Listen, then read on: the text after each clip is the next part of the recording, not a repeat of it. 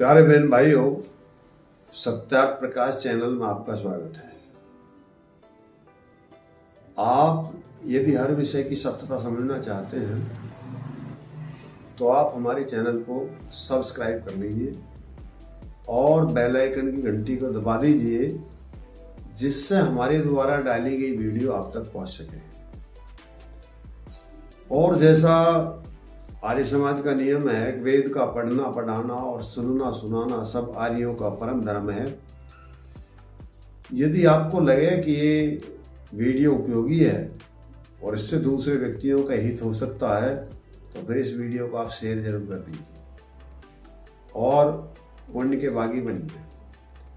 आज का जो हमारा वीडियो है, प्रकरण है, आखिर हमारी संपत्ति क्या है, मूल संपत्ति क्या है।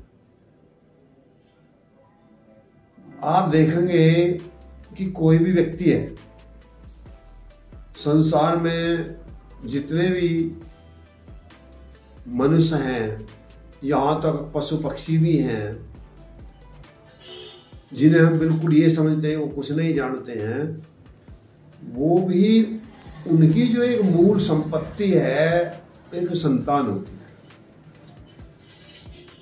आपने ऐसी कितनी वीडियो भी देखने का अवसर मिलता है कि जहाँ किसी के बच्चे पे बहुत शक्तिशाली, यहाँ तक का शेर भी भैंस के बच्चे पे यदि अटैक कर देता तो भैंस शेर को निपट जाती है।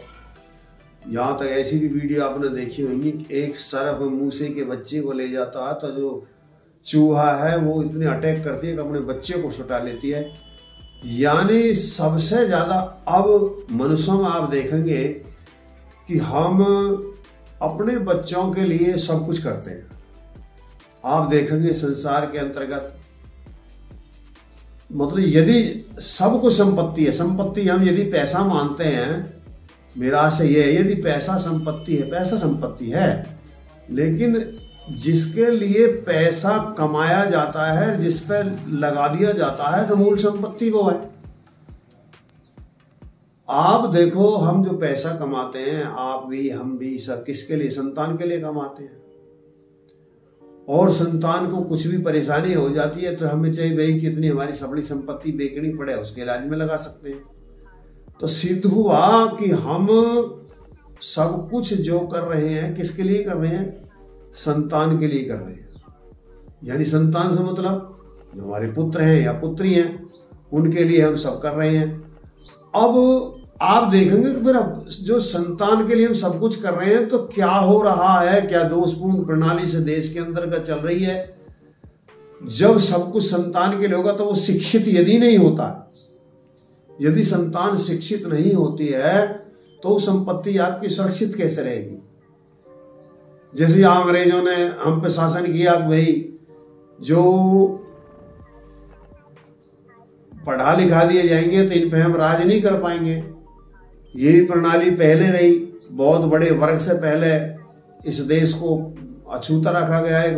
वर्ग का ही अधिकार रहा कि भाई ब्राह्मण ही पढ़े लिखेंगे और कोई पढ़ेगा नहीं। तो आज भी मेरे साथियों, मेरे प्यारे बहन भाइयों, आपकी स्थिति ऐसी ही है। आपको एक ऐसा मीठा जहर दिया जा रहा है, गुलगुली करके आपको मारा जा रहा है, जिसकी तरफ आपका ध्यान ही नहीं है। और वो क्या है? आज आप देखेंगे कि जितने भी आपके यहाँ शिक्षण संस्थान, आज बाढ़ आई हुई है। पहले क्या था कि शिक्षण संस्थान कम थे, लेकिन उनमें जो पढ़ लेते थे वो योग्य होते थे। पहले का यदि 8वीं पढ़ लेता था तो वह पटवारी बन जाता था, और आज MA कर लेने के बाद में भी कोई गारंटी नहीं है कि वो क्या बनेगा। तो ये दोष क्या है? ये शिक्षा प्रणाली का दोष है। अब वो शिक्षा प्रणाली क्या है, थोड़ी हम उस पर चर्चा करेंगे। आज आप देखेंगे कि जो भी जितने भी शिक्षण संस्थान चले हुए हैं, सब में पहले जब मान्यता दी जाती है तो लिखित में एक आदेश पारित किया जाता है, जिसे मानने के लिए सब शिक्षण संस्थान बाध्य हैं। क्या है? सबसे पहली शर्त है कि आप प्राथमिक शिक्षा तक किसी भी बच्चे को स्कूल से निष्कासित नहीं कर सकते।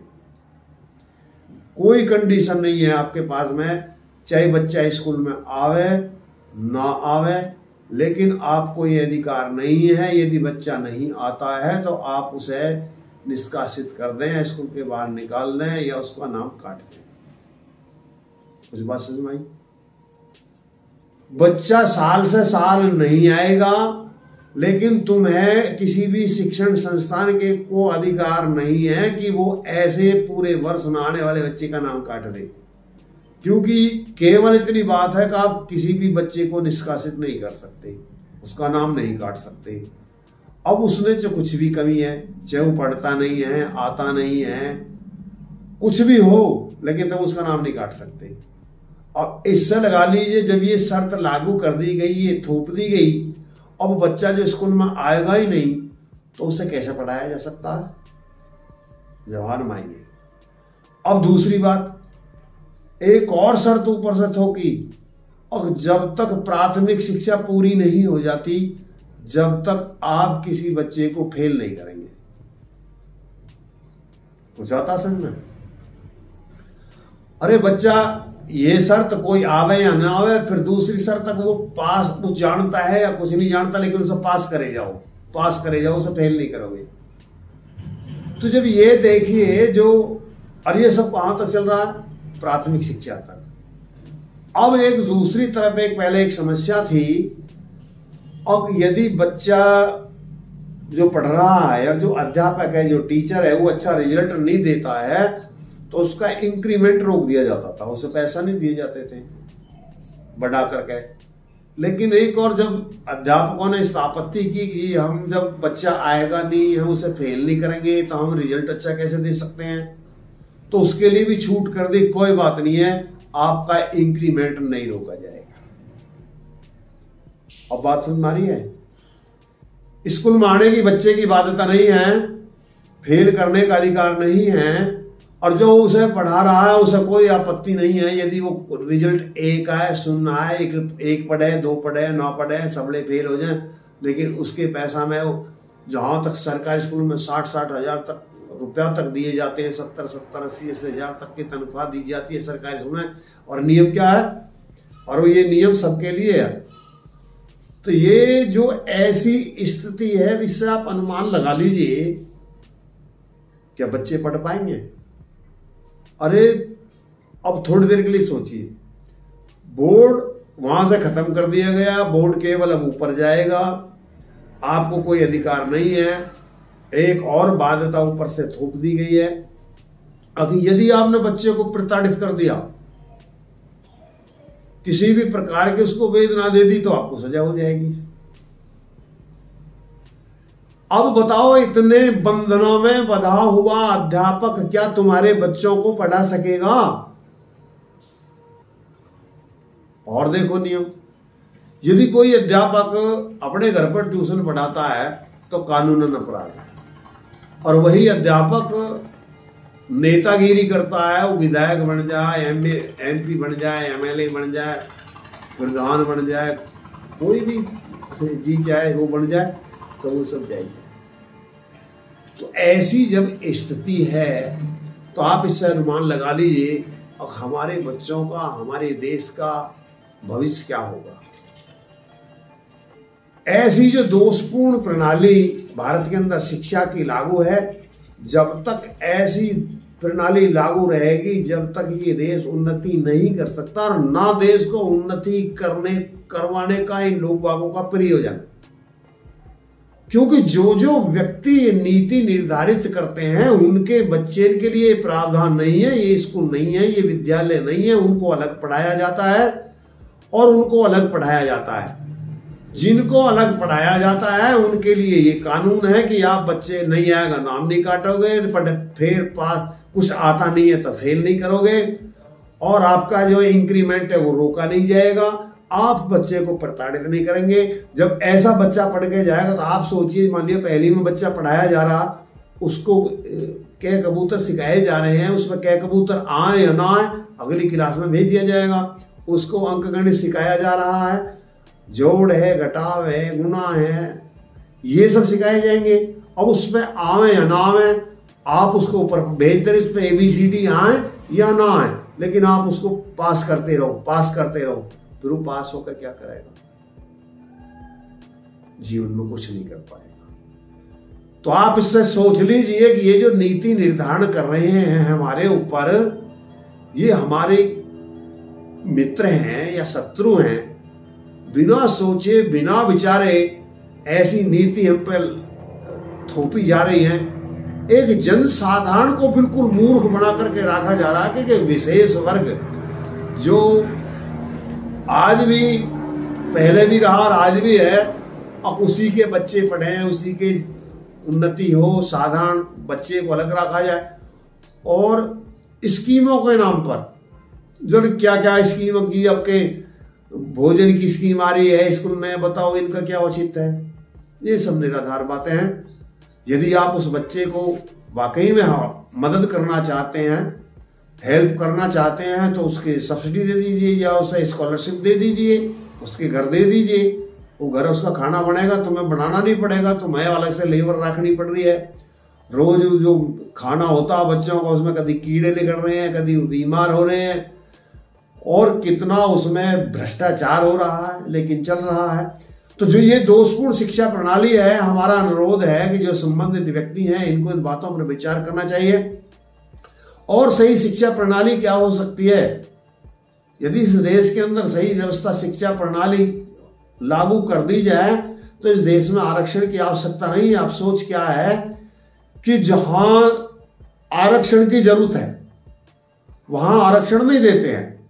यहां आरक्षण की जरूरत है, जहां मंत्री का बच्चा पढ़े वहीं संतरी का पढ़ना चाहिए, जहां एक ISI अधिकारी का बच्चा पढ़े वहीं एक चौकीदार का बच्चा पढ़ना चाहिए, चपरासी का बच्चा वहीं पढ़ना चाहिए।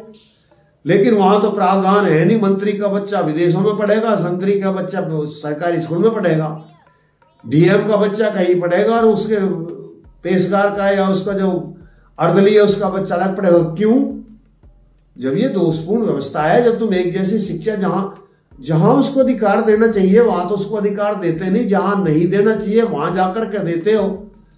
जब उस पर आरक्षण भी, अब एक का बच्चा विदेश में पढ़ कर आ रहा, मान लिया आप भारत के राष्ट्रपति ही हैं और जो इनके बच्चे हैं वो विदेश में पढ़ कर आए, लेकिन जब आरक्षण का नंबर आएगा तो इनका तो नंबर आ जाएगा, क्योंकि राष्ट्रपति अनुसूची या जनजाति क्या क्या शर्त लगा दी जाएंगी, बैकवर्ड से हैं, दलित से हैं।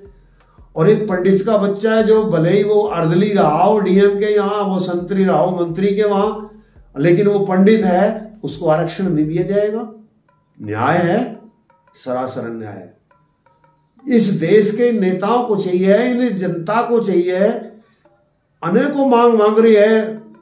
ये हमारी जनता भी जो है, केवल जब वोट मांगने की बात आती है तो इसे ऐसा व्यक्ति नहीं चाहिए जो योग्य व्यक्ति हो, जो इस देश की बात कर सके, अपने भले की बात कर सके, संसार के बात की भलाई की बात कर सके, जिसको विवेक हो, ज्ञान हो। तुमको जब चाहिए था क्या है? गुजर को गुजर चाहिए, नाई को नाई चाहिए, जाट को जाट चाहिए, राजपूत को राजपूत चाहिए, मुसलमान को मुसलमान, हिंदू को हिंदू, सिख को सिखाई। उसको ये नहीं चाहिए कि देश की उन्नति कौन करेगा, देश की प्रगति कौन करेगा। तुम्हें वो चाहिए जो तुम्हें ज्यादा शराब पिला सकता है, तुम्हें वो चाहिए जो तुम्हें ज्यादा बहका सकता है, लेकिन अन्य बातों की तुम मांग करोगे। क्या ये बात मांग नहीं है? ये बात मानने लायक नहीं है। कैसी दोषपूर्ण प्रणाली है शिक्षा की। हम अनुरोध करते हैं सब साथियों से कि यदि आप इस देश का भविष्य बनाना चाहते हो तो जो संपत्ति है वो कहीं खलिहानों में नहीं रहती, वो कहीं गोदामों में नहीं रहती। मूल रूप से संपत्ति जो रहती है वो विद्यालयों में रहती है, और विद्यालयों के अंदर आपने दोषपूर्ण प्रणाली लगा दी है। वहां पर आप सुधार कीजिए। जो आपके जो ये आपने स्कूल खोले हैं, जैसे नवोदय स्कूल हैं, और नवोदय स्कूल ही लड़कियों के लड़कों के अलग कर दीजिए और आवासीय शिक्षा कर दीजिए। जब आपकी आवासीय शिक्षा हो जाएगी, और वही एक जगह पढ़ाइए, जहां संतरी का पढ़े वहीं मंत्री का पढ़े, जहां DM का पढ़े वहीं उसके चौकीदार या गार्ड का या अर्दली का बच्चा पढ़े। शिक्षा समान करो, साधन समान करो, उन्हें व्यवस्था बराबर दो। लेकिन जब उस समान अवस्था में जो आगे निकल जाता है, फिर उसे आरक्षण के नाम पर मत रोको। यदि समान साधन देने के बाद में पंडित के बच्चे को भी आपने समान साधन दिए, एक हरिजन के बच्चे या दलित के बच्चे को भी वही साधन दिए, एक बैकवर्ड वाले को भी वही साधन दिए, और उस सेम साधन में जो बच्चा अच्छा योग्य है और जिस क्षेत्र में जिसकी रुचि है, उस क्षेत्र में ये सरकार का या बोर्ड का ये दायित्व होना चाहिए कि किस क्षेत्र के योग्य बच्चा है वो वहां भेजना चाहिए। जबकि ऐसा भेजन नहीं किया जाता है। यदि सही आप अपने बच्चों को भविष्य चाहते हैं, इस देश का भविष्य चाहते हैं, तो आपको शिक्षा के ऊपर विशेष ध्यान देना पड़ेगा। मेरे प्यारे बहन भाइयों, पहले तो ये 3 शर्त थोप दी कि भाई कोई बच्चा नहीं आएगा तो कोई बात नहीं, पढ़ेगा तो कोई बात नहीं, फेल नहीं होगा, मास्टर उसको पीटेगा नहीं, बस मूर्खों का राज, मूर्खों की व्यवस्था कर दो। फिर एक और ऊपर से क्या व्यवस्था कर दी, अंग्रेजी मीडियम। जो अपने बच्चों को अंग्रेजी मीडियम में पढ़ा रहे हैं वो समझ रहे हैं कि हमने अपने बच्चे बड़े योग्य बना दिए हैं। ये अंग्रेजी मीडियम चला करके इस देश को तबाह करने का तरीका है। आप कहेंगे ऐसा कैसे हो सकता है? अंग्रेजी भाषा पढ़ाई जानी चाहिए, अंग्रेजी भाषा पढ़ाने का विरोध नहीं है। अंग्रेजी भाषा ही क्यों, अनेकों भाषा पढ़नी चाहिए, भाषाओं का ज्ञान हो। लेकिन जिस भाषा को जो जानता नहीं है उस भाषा को तो जानता नहीं है, और उस भाषा में उसको विद्या पढ़ाई जा रही है। अब जो बच्चा इंग्लिश नहीं जानता उसको इंग्लिश में गणित पढ़ाया जा रहा है, जो बच्चा इंग्लिश नहीं जानता उसी में उसको विज्ञान पढ़ाया जा रहा है। सब विषय उसको उसमें पढ़ाए जा रहे हैं जिस भाषा को ही नहीं जानता। समझ आती है उसका? हम भाषा का विरोध नहीं कर रहे हैं, भाषा पढ़नी चाहिए, लेकिन जो विद्या हम पढ़ाना चाहते हैं वो तो उसमें पढ़ाई जानी चाहिए जिसे वो समझता है। अफसोस है, ना तो पढ़ाने वाला जानता है ना पढ़ने वाला जानता है, और उसी भाषा में पढ़ाया जा रहा है, उसी भाषा में पढ़ा जा रहा है। ये जो दोहरी नीति है, ना इधर के रहे हैं न इधर के रहे हैं। अंग्रेजी एक शिक्षा प्रणाली है, एक भाषा है, लेकिन वो उसकी शिक्षा प्रणाली बना दिया, उसी में पढ़ेंगे। जबकि हमारे पास में हिंदी है, उसमें 50 वर्ण है, और अंग्रेजी में 26 अल्फाबेट है। अब ये बताओ, कोई भी व्यक्ति, मैं दावा करता हूं दुनिया का कोई भी व्यक्ति कितना ही पढ़ा लिखा इंग्लिश का व्यक्ति हो, जिसने अंग्रेजी पढ़ी हो, वो हिंदी को संस्कृत में ट्रांसलेट नहीं कर सकता, रूपांतरण कर ही नहीं सकता।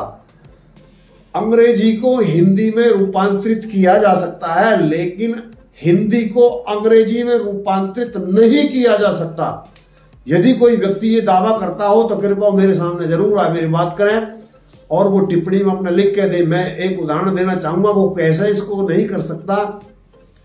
माना कि चाची है, ताई है, फूफी है, मौसी है,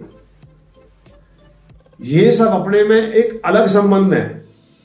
चाची कौन है हमको पता है कि जो हमारी माताजी से छोटी है, हमारे पिताजी से छोटे भाई हैं उनकी पत्नी है। ताई कौन है? जो हमारे पिताजी हैं, जो उनसे बड़े भाई हैं उनकी पत्नी है। फूफी कौन है? हमारे जो पिताजी हैं उनकी बहन है। और हमारी मौसी कौन है? हमारी माँ की बहन है। लेकिन अंग्रेजी के अंदर कोई शब्द है इसका कोई ट्रांसलेट कर देगा, ट्रांसफर कर देगा? इसको नहीं कर सकता, इसका कोई रूपांतरण नहीं है, क्योंकि वहां शब्दकोश ही नहीं है।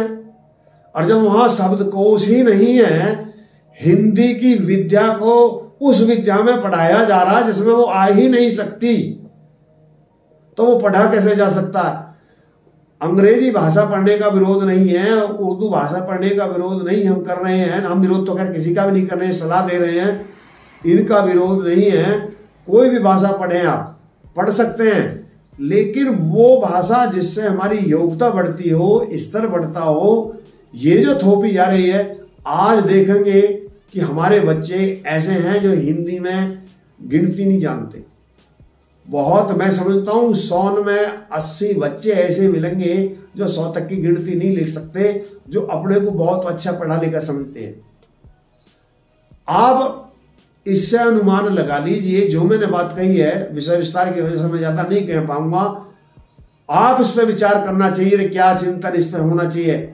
मैं इससे जुड़े व्यक्तियों से, चाहे भले वो नेता हैं, चाहे शिक्षा प्रणाली में जो इस व्यवस्था को लागू करते हैं वो, और जो अभिभावक हैं, जो देश के शुभचिंतक हैं, या स्वयंसेवी संस्था और संगठन हैं, हमको इस बात पर विशेष अभियान चलाना चाहिए।